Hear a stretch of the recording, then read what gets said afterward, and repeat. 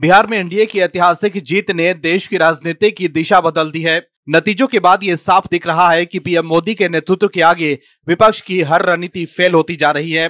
इस वजह से विपक्ष में खलबली मच गई है। कांग्रेस नेता राहुल गांधी ने मल्लिकार्जुन खड़गे से मुलाकात की है।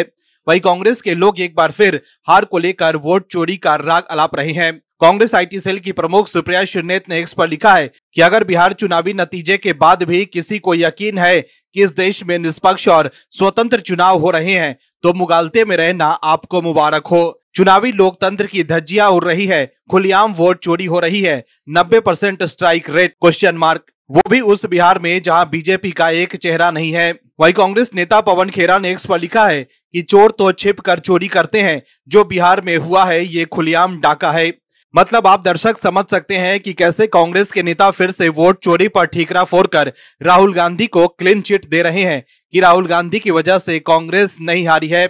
लेकिन चुनाव दर चुनाव मिल रही करारी हार के बाद अब ये साफ हो गया है कि लोग वोट चोरी के आरोप पर राहुल गांधी और कांग्रेस के झांसे में नहीं आ रहे हैं। वहीं ममता बनर्जी और अखिलेश यादव भी दबाव में दिखाई दे रहे हैं। उन्हें एहसास हो चुका है कि पीएम मोदी की बढ़ती लोकप्रियता और जनता का भरोसा किसी भी विपक्षी गठबंधन के लिए बड़ी चुनौती है। कैसे विपक्ष में मच गई है खलबली, बताते हैं आपको इस रिपोर्ट में। दर्शकों, बिहार में हार के बाद कांग्रेस ये तय नहीं कर पा रही है कि गलती रणनीति में थी या नेतृत्व में। राहुल गांधी और कांग्रेस के कुछ नेताओं ने मल्लिकार्जुन खड़गे के साथ बैठक की है, लेकिन बंद कमरों में चल रही बैठकों से साफ दिख रहा है कि पार्टी भविष्य को लेकर खुद ही आश्वस्त नहीं है। इसी बेचैनी की झलक बंगाल और यूपी की राजनीति में भी दिखाई देने लगी है। वहीं बिहार जीतने के बाद पीएम मोदी ने अपने संबोधन में कहा है कि बिहार की जीत ने बंगाल में जंगल राज खत्म करने का रास्ता साफ कर दिया है। वहीं पीएम मोदी के इस बयान पर टीएमसी ने तीखी प्रतिक्रिया व्यक्त की है।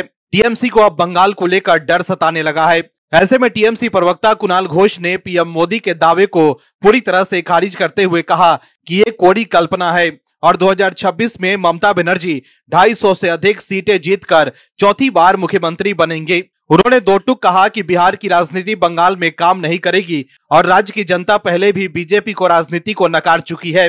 वहीं कुणाल घोष ने यह भी कहा कि बंगाल में कोई जंगल राज नहीं है, बल्कि लेफ्ट के समय ऐसी स्थितियां हुआ करती थी। इसके विपरीत उन्होंने यूपी के उन्नाव, हाथरस और प्रयागराज जैसी घटनाओं का हवाला देते हुए बीजेपी शासित राज्यों पर सवाल खड़े किए। घोष ने दावा किया कि पीएम मोदी अभी तक 2021 और 2024 की हार से सबक नहीं ले पाए हैं और 2026 का नतीजा भी इससे अलग नहीं होगा। वहीं दूसरी तरफ बिहार में बीजेपी की धमाकेदार जीत की गूंज उत्तर प्रदेश में भी सुनाई देने लगी है। इस पूरे माहौल में समाजवादी पार्टी भी खुद को नए सिरे से तैयार कर रही है। बिहार चुनाव में हिस्सा न लेने के बावजूद अखिलेश यादव को भी बड़ा राजनीतिक संकेत मिला है।